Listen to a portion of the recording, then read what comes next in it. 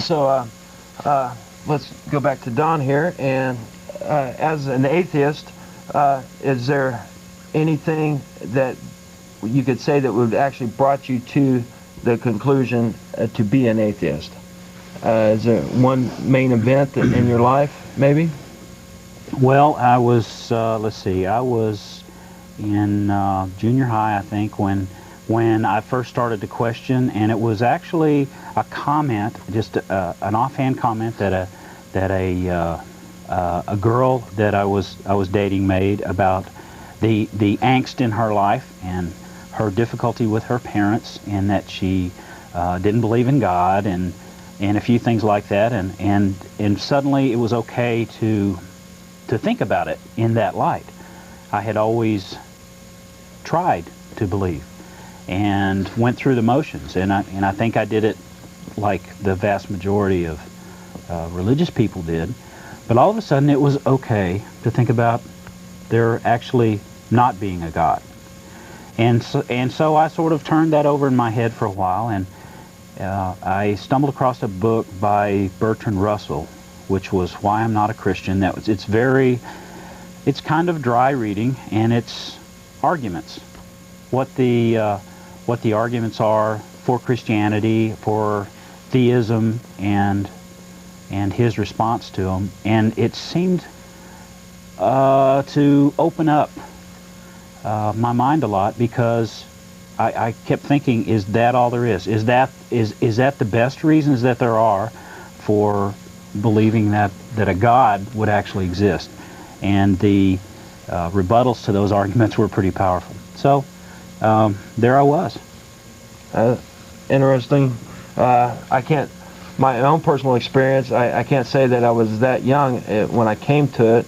I was actually baptized a Methodist, and the Methodist church I grew up in, they seemed to have very little to do with God. They were more concerned about who gave how much money to the new organ that we got, and how much expensive that organ was, and that this doctor gave this amount of money, and that's what they were discussing in church. And I was like, that just seemed a lost cause there. And then later I ran into Jehovah's Witness, and that what finally turned me totally off on religion. Their ideas of the Bible and religion were so perverted that it just convinced me that there had to be more out there. And so that's when I started doing my own research. And so I always introduced myself as agnostic for the longest time, until I got down here to Austin and met you folks, and realized that to have the strength and the courage to go ahead and announce myself as an atheist there. But I guess I should do a little bit more explaining what behind the idea behind the show here. We want to let the community and the town of Austin and everything else to know that the atheists are not a bunch of Satanists. We're not out there trying to confront the Christians and battle them on their views and points there. We hopefully with each week there, as it goes on, we'll try to show is some of the fallacies in the Bible, some of the contradictions, what we feel is the misinformation that the Christians are putting out there, and other religious groups, not just the Christians. Wouldn't you say there, Joe, yeah, that not just the Christians, but the Jews, the Muslims, the Buddhists, in general, anytime that you submit to a higher being, that a supernatural higher being has control of this earth and these events that go on like this, that you're not looking at life in a realistic manner. Yes, there's a lot of other religions besides Christianity, of course. I get that a lot too, that atheists are only attacking Christianity, Christians.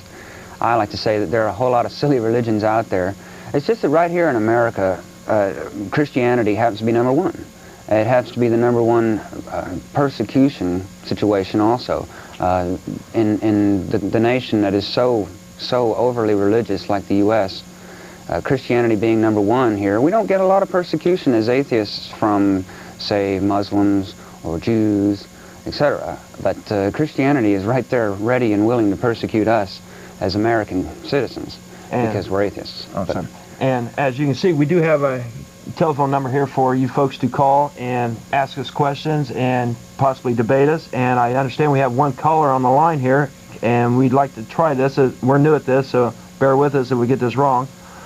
Can we go ahead and try to get the caller on?